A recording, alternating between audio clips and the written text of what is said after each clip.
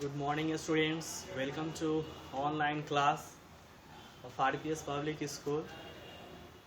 Today in this video session class we will discuss about lesson 7, a home for a dinosaur. Students, previous video class में हम लोगों ने study किया था ए home for a dinosaur के बारे में। इसमें से कुछ पार्ट्स रिमेनिंग बच गया था, उसको आज हम लोग आज के इस वीडियो सेशन क्लास में हम लोग स्टडी करेंगे। स्टोरी स्टार्ट करने से पहले स्टूडेंट्स हम लोग कुछ वर्ड्स मीनिंग को देख लेते हैं।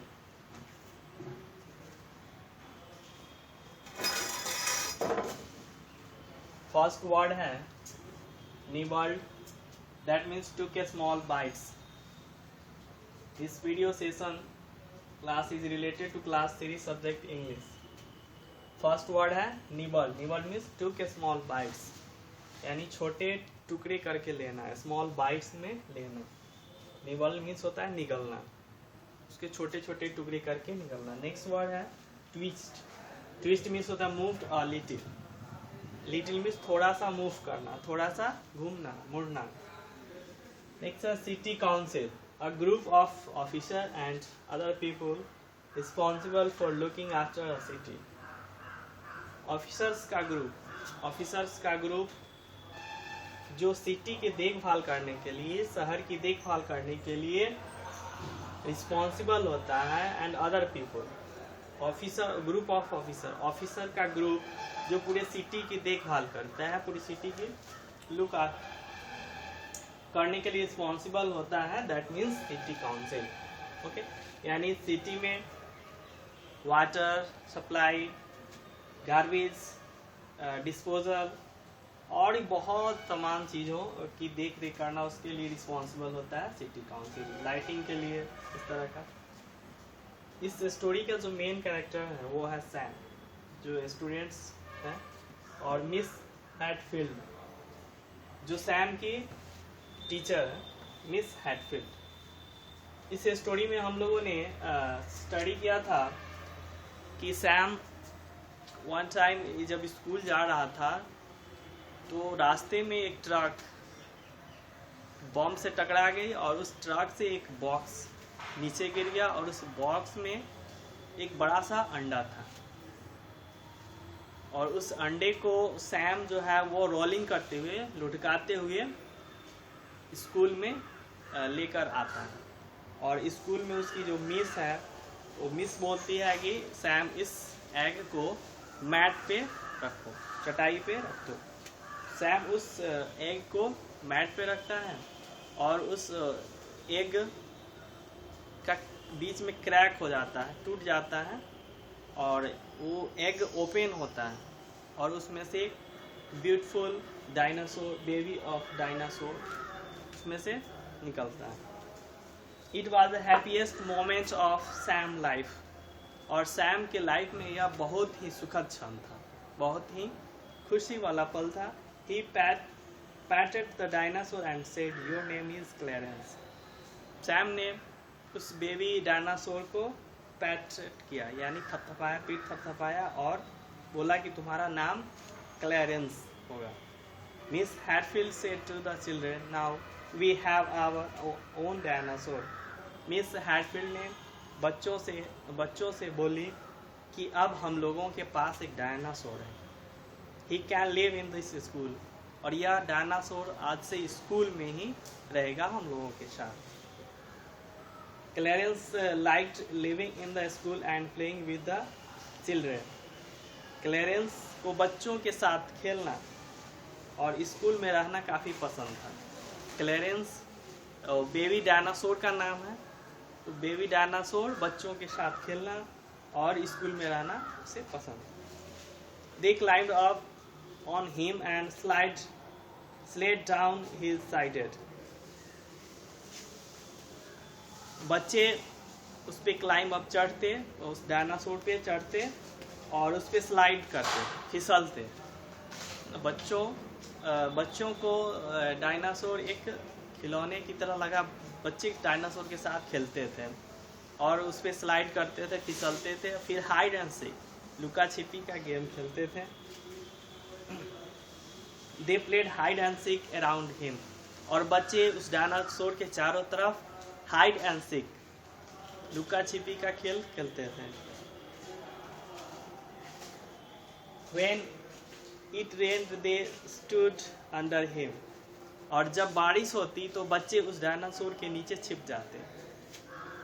At first, Clarence ate weeds out of the school garden.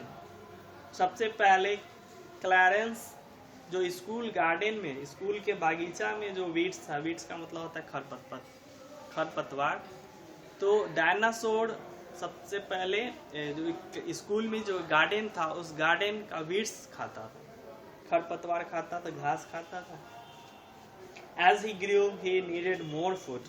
जैसे जैसे डायनासोर बड़ा होते गया उसको अधिक भोजन की जरूरत पड़ी। He nibbled the trees, the flowers and the grass in the playgrounds. और प्लेग्राउंड में, स्कूल के प्लेग्राउंड में जो घास था, जो फ्लावर्स थे और ट्री थे, उस सब को निगलते गया, वो भोजन करने लगा, उसको खाने लगा। So nothing grew in the playground at all. और डायनासोर स्कूल के प्लेग्राउंड में कुछ भी बड़ा नहीं होने देता था, यानी ट्री को बड़ा नहीं, जैसे ट्री बड़ा होता था उसको खा जाता था, फ्लावर्स बड़ा होता था उसको खा जाता था। और इस तरह से प्लेग्राउंड में कोई भी चीज़, ट्री, प्लांट्स, घास को बड़ा नहीं होने देता। So nothing grew in the playground at all. At last, Clarence was too big to fit in the school playground. और लास्ट में क्लैरेंस बड़ा होते, धीरे धीरे वो बड़ा हो गया और वह स्कूल के उसके बाद उसे स्कूल के प्लेग्राउंड में रखा गया, खेल के मैदान में। He had eaten every bits of greenery in the neighborhood. और प्लेग्राउंड में रखा गया तो प्लेग्राउंड में आसपास जो ग्रीनरी चीज यानी घास, ट्रीज, तो वह पूरे को खा जाता। One day Clarence was dozing on the road outside the school with his tail inside the school gate. एक दिन क्लैरेंस रोड साइड में टहल रहा था, रोड साइड में वो टहल रहा था स्कूल के बाहर, आउटसाइड द स्कूल, स्कूल के बाहर जब क्लैरेंस डोजिंग कर रहा था, टहल रहा था, with his tail inside the school gate, तब उसका टेल, पूंछ जो है स्कूल गेट के अंदर चला गया। His tail twist and knocked over a garbage bin. और उसका टेल जो रोड साइड में जो गार्बेज लगा हुआ था, उस गार्बेज बिन को नोक्ट किया, खटखटाया, twist and spoiling the garbage out. जब क्लैरेंस ने गार्बेज बिन को नॉक्ट किया, थोड़ा सा टच किया, तो वह गार्बेज बिन लुढ़क गया, गिर गया। Clarence tested the garbage and he smiled. It was delicious soon he had eaten the whole lot.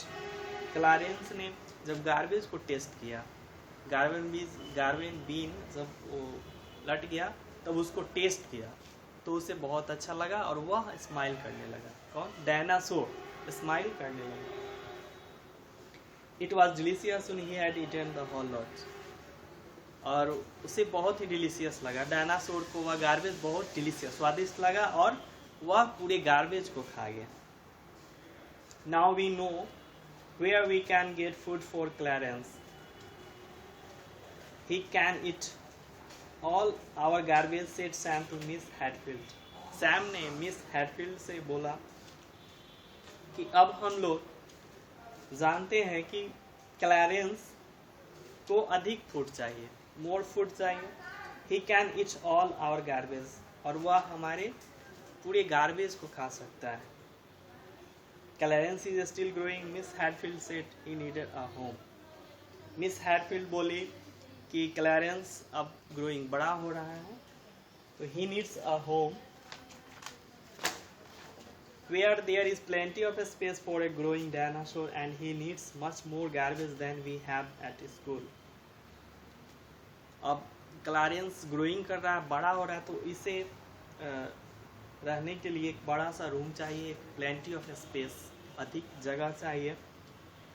As needs much more garbage than we have to school, और इसे अधिक भोजन की भी ज़रूरत पड़ेगी, इसे अधिक भोजन की आवश्यकता पड़ेगी, क्योंकि क्लियरेंस धीरे धीरे ग्रोइंग अप हो रहा है, बड़ा हो रहा है। He thought for a moment, then he said, I know a place where there is plenty of space and lots of foods. तो वह मिस हैडफील्ड बोली कि अब ये समय सोचने का है। थॉट्स किसके लिए? डायनासोर के लिए थॉट करने का टाइम है कि I know a place where there is, एक ऐसा जगह सर्च करना होगा, ऐसा जगह खोजना होगा जहाँ पे बहुत ज़्यादा स्पेस हो, बहुत ज़्यादा भोजन हो, तो वहाँ पे हम लोग क्लियरेंस को रख पाएँ, जहाँ पे उसे अधिक जगह हो और उसे अधिक लॉट ऑफ फूड्स रिसीव प्राप्त हो, वहाँ पे उसे रखना हो। वेयर आस्क्ड सैम, सैम ने पूछा कहाँ? Where? The garbage dump said Miss Hadfield, Miss Hadfield ने कहा कि जहाँ पे गार्बेज डंप किया जाता है। डंप का मतलब होता है गार्बेज को ड्रॉप करना, उसे छोड़ना, जैसे पूरे सिटी का गार्बेज कलेक्ट करके एक जगह पे डंप करना। तो मिस हैडफील्ड बोली कि जहाँ पे गार्बेज डंप किया जाता है वह डायनासोर के लिए सुटेबल जगह होगा, क्लियरेंस के लिए सुटेबल प्लेस होगा, जगह होगा। The city council will love to have Clarence eat off all their garbage. अगर क्लियरेंस को गार्बेज डंप होता है, अगर वहाँ पे अगर इसका घर बना दिया जाए तो सिटी काउंसिल काफ़ी खुश होंगे, क्योंकि क्लियरेंस जो है वो गार्बेज, पूरे गार्बेज को ईट अप खा जाएगा। Clearance now live on A lovely Green Hill. Every day big truck collect garbage from around the city and take it to the dump, so Clarence has delicious meals. Clarence को अब